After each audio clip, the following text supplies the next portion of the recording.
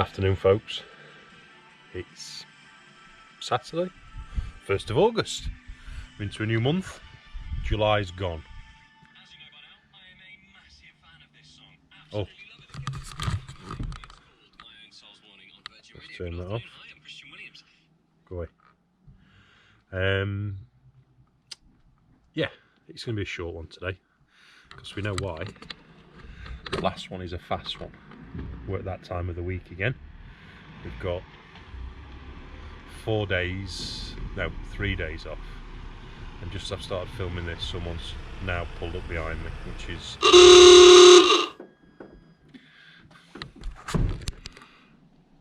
another parcel. Amazon. It's like a drip feed of a parcel a day with Becky.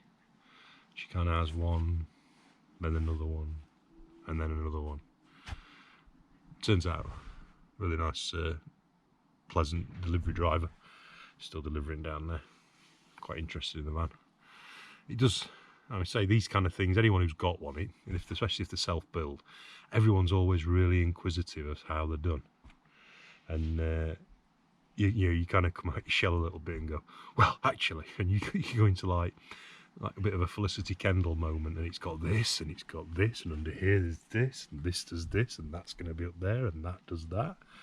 And you become very proud, quite anal about what you've, not necessarily what you've built, but it's what you've created in terms of your mind passing it on to somebody else for them to then construct something.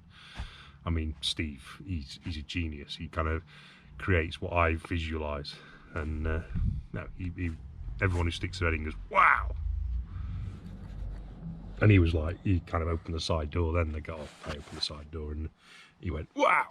It was like one of those, even without the cupboards at the top. I mean, it has got that wow factor.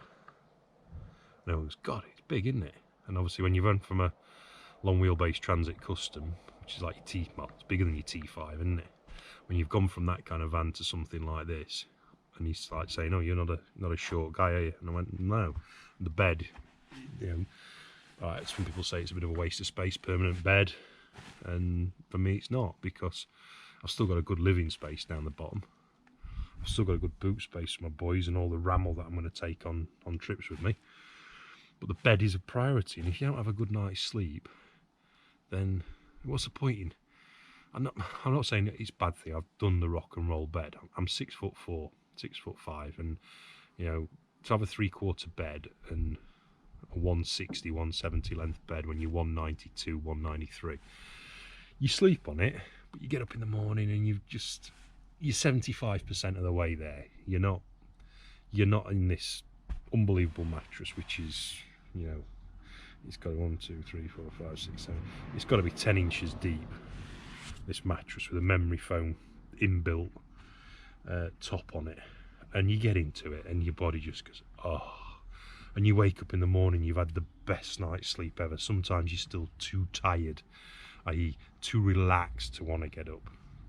Whereas, the other kind of beds in camper vans, you can't wait to get kind of upright, but at the same time, it's like man evolving. You're like that, oh God, I've slept, but, little battery charge is only 75% of the way there. Whereas this thing says you're 150% charged, and you're chilled, and you're relaxed, and you get up and you have your coffee and you have your breakfast, and you sit by the camper, you look out where you've camped, and you just, oh yes, you're ready for the day. Anyway, where was I? Yes, last one is a fast one. And tomorrow, when I wake up, I'll be going up to Stoke to sort out my diesel heater. But I've just actually found, that's what I was getting round to.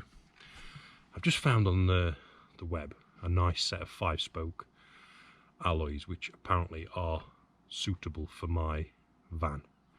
Now they're still showing as advertised, they're still showing as available, and they're still showing as a place I'd got an interest in for the other wheels. And they're still showing with a set of BF Goodrich on. So fingers crossed. I'm just going to do a bit of digging in terms of the company that manufacture them, because the other ones I was looking at was MSW. alloys, and these ones I can't quite remember the name of them. I just need to see who makes them, who manufactures them, the load ratings for them, to see whether they're going to be suitable for this van. I'm looking at 1200 kilos a corner, so on each tyre. Obviously that's 115, so that's load rating, because it needs to be a load rated tyre, load rated wheel even, so it's going to be 115 per tyre. Yeah, that means nothing to you guys that don't watch this, but it means a lot to me, because otherwise I'll be going down a motorway and I'll have a blowout purely because of the speed and the weight of the van. So yeah, things are looking a bit more positive in that light.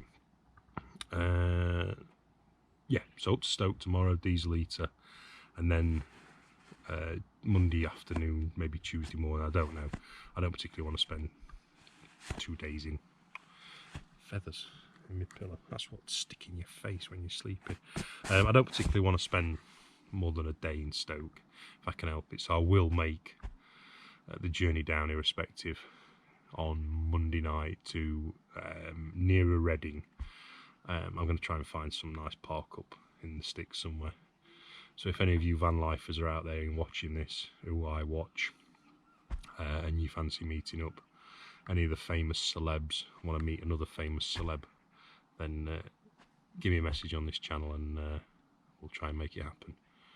But if not, then I may be coming back here with a set of BF Goodrich and a nice set of not blingy alloys, but like ones that are fitting to this van style I'm going for, because I'm not buying off peg, I'm having it tailor-made, and this van is going to be wicked when it's done. A couple more things to do and I'll do another van tour. It's cool, I love it. Yeah, and then bring on the adventures. This guy over my shoulder, he's hit a hell of a wayward golf shot. He's now walking down our cul-de-sac with a golf buggy, so he's a long way off the fairway. I would suggest that's going to be at least a 2-stroke penalty. He's got to be out of bounds.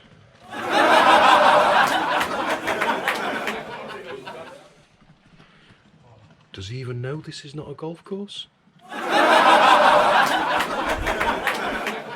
And he's on his mobile phone whilst having an electric trolley.